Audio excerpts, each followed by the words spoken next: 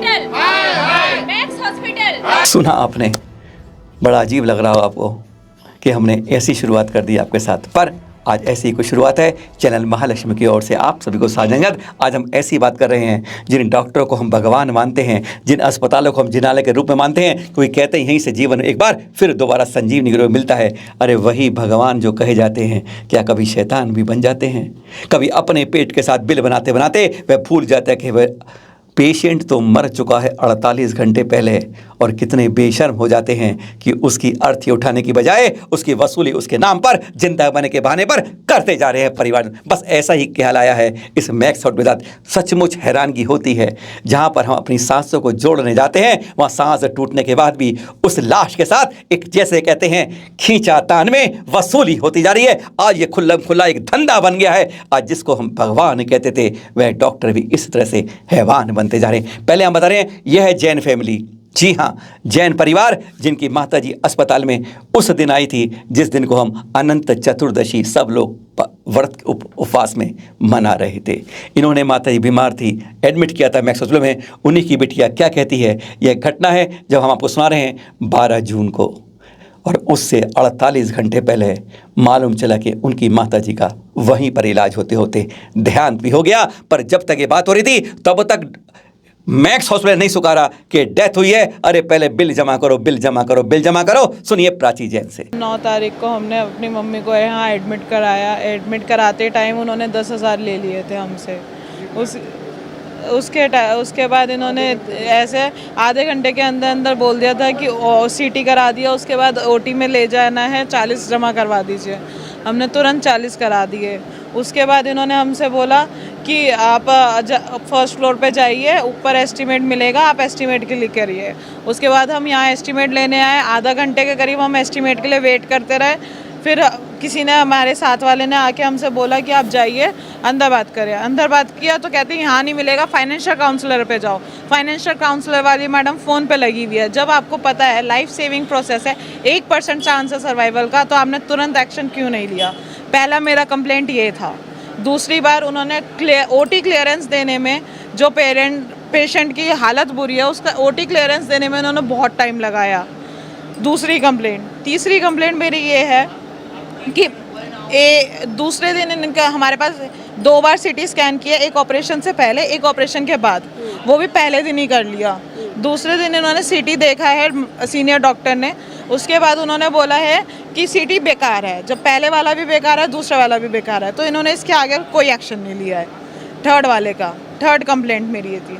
Fourth मेरी complaint ये थी इन लोगों से कि ठीक है, अगर 10 के बाद सीटी नहीं, हालत में सुधार नहीं आया, इन्होंने क्या किया? 10 तारीख को रात को मेरे पास फ़ोन आया है, कह रहे हैं कि पेशेंट का बीपी लो हो रहा है, हमने मशीन से नॉर्मल कर दिया है। ठीक है, हम समझ गए। हमने कहा ओके।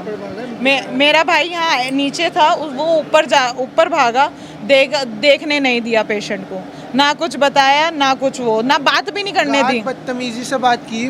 पॉलिसी 20 लाख की थी, तो क्यों ना पुलिस, उनको मालूम चल गया अस्पताल को, क्यों ना 20 लाख का तक बिल बना दिया जाए। गजब की बात है, आपको बताएंगे, सुनकर सचमुच आपके कान खड़े हो जाएंगे, होश उड़ जाएंगे जब आप सुनेंगे।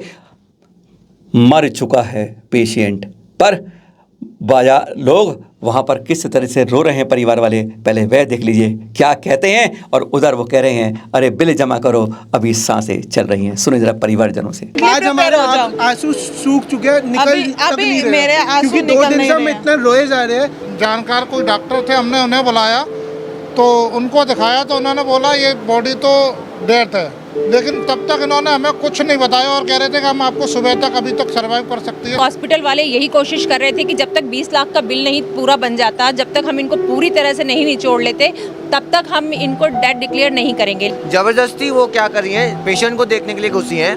उनके बाद उन्होंने जैसे ही छूने को बोला तो उनके अटेंडेंट ने उनका हाथ पहले पीछे किया कि मतलब आप छू नहीं सकते पेशेंट को। बॉडी गर्म रखने के लिए इन्होंने हीटर्स लगाए हुए हैं कि जैसे एक्वेटर्स जो होते हैं आपके, कि रूम टेम्परेचर पे बॉडी गर्म रहे, जिससे कि पता लगे कि बंदा जिंदा है। गजब, पता है कैसे हुआ?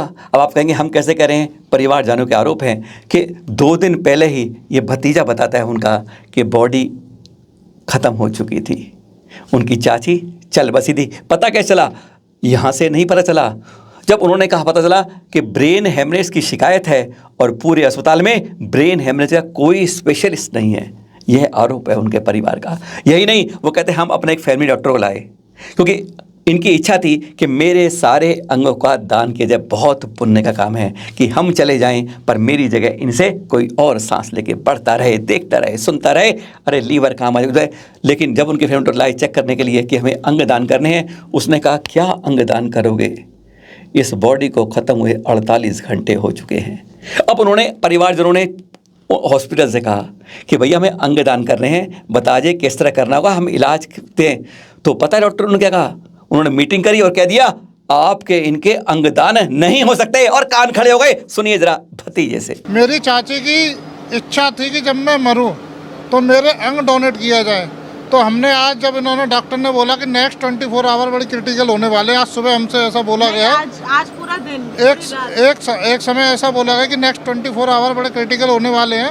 तो हम फैमिली मेम्बर्स ने प्लान किया कि हम लोग इनकी जो आखिरी इच्छा थी अंग डोनेट करने की, उसके लिए हम अंग डोनेट करने के लिए हमने एम्स में संपर्क किया गया क्योंकि तो वहाँ हमें पता था। फिर हमने इनसे बोला था कि हम अंग डोनेट करना चाह रहे हैं, तो उसका क्या प्रोसेस है हमें बताइएगा।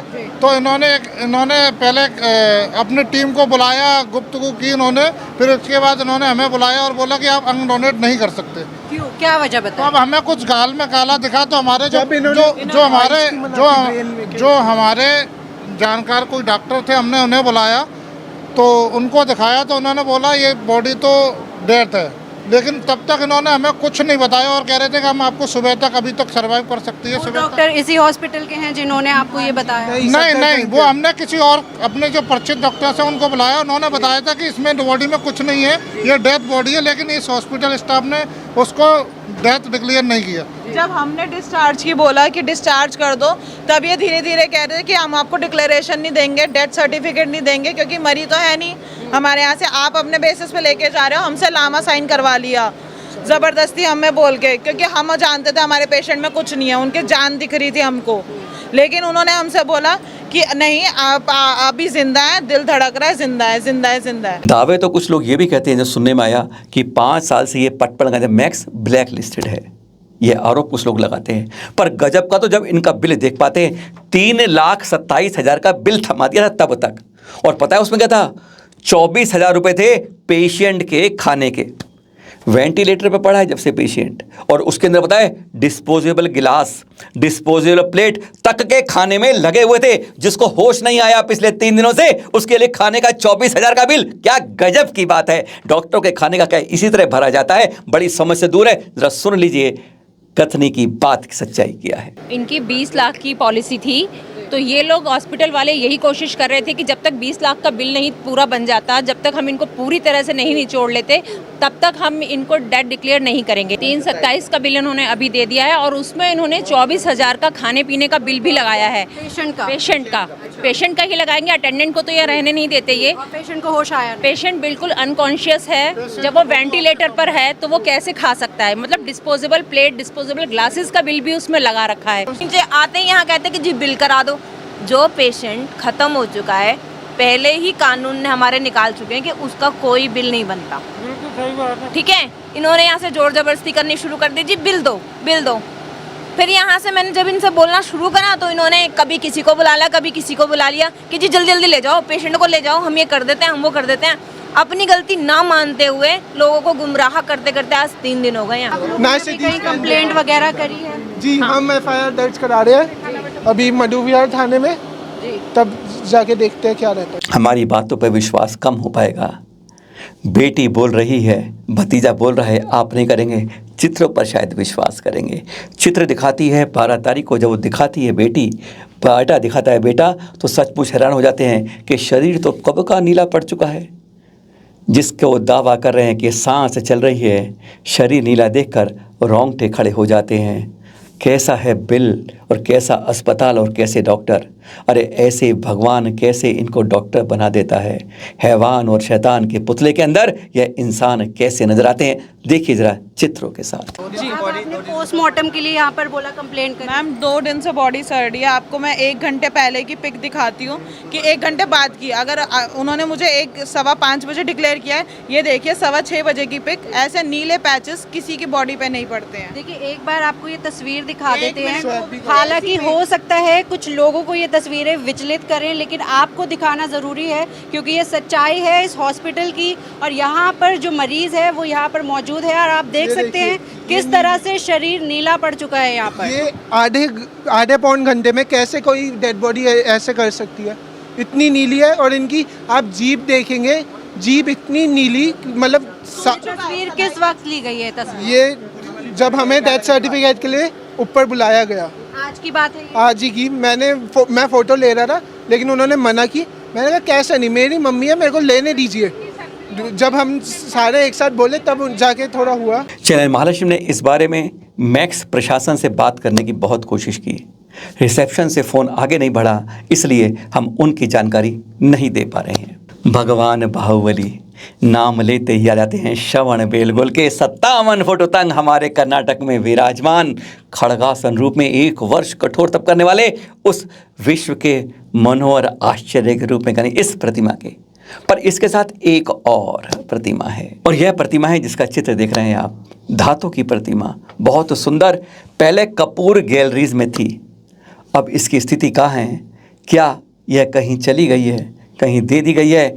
इस प्रतिमा को जब देखते हैं सचमुच आकर्षित होकर अद्भुत नज़ारा देख पाते हैं, पर अब प्रतिमा कहाँ पर है इसका पता नहीं चल पा रहा है। आचार्य लेख लोकेश मुनि नूर सुल्तान कजाकिस्तान में है आजकल, और वहाँ पर देखिए वर्ल्ड कांग्रेस 7वां हो रहा है अधिवेशन ये, जिसमें 50 देशों के 100 से ज़्यादा विभिन्न धर्मों के लोग यहाँ आए हैं और अपने अपने धर्म की बात के रूप में किस तरीके से विश्व में शांति हो, एकत्व हो, इस बारे में बात करने। और हमारे से आचार्य लोकेश मुनि जी, धुन सुनिए, गाना सुनिए, भजन सुनिए।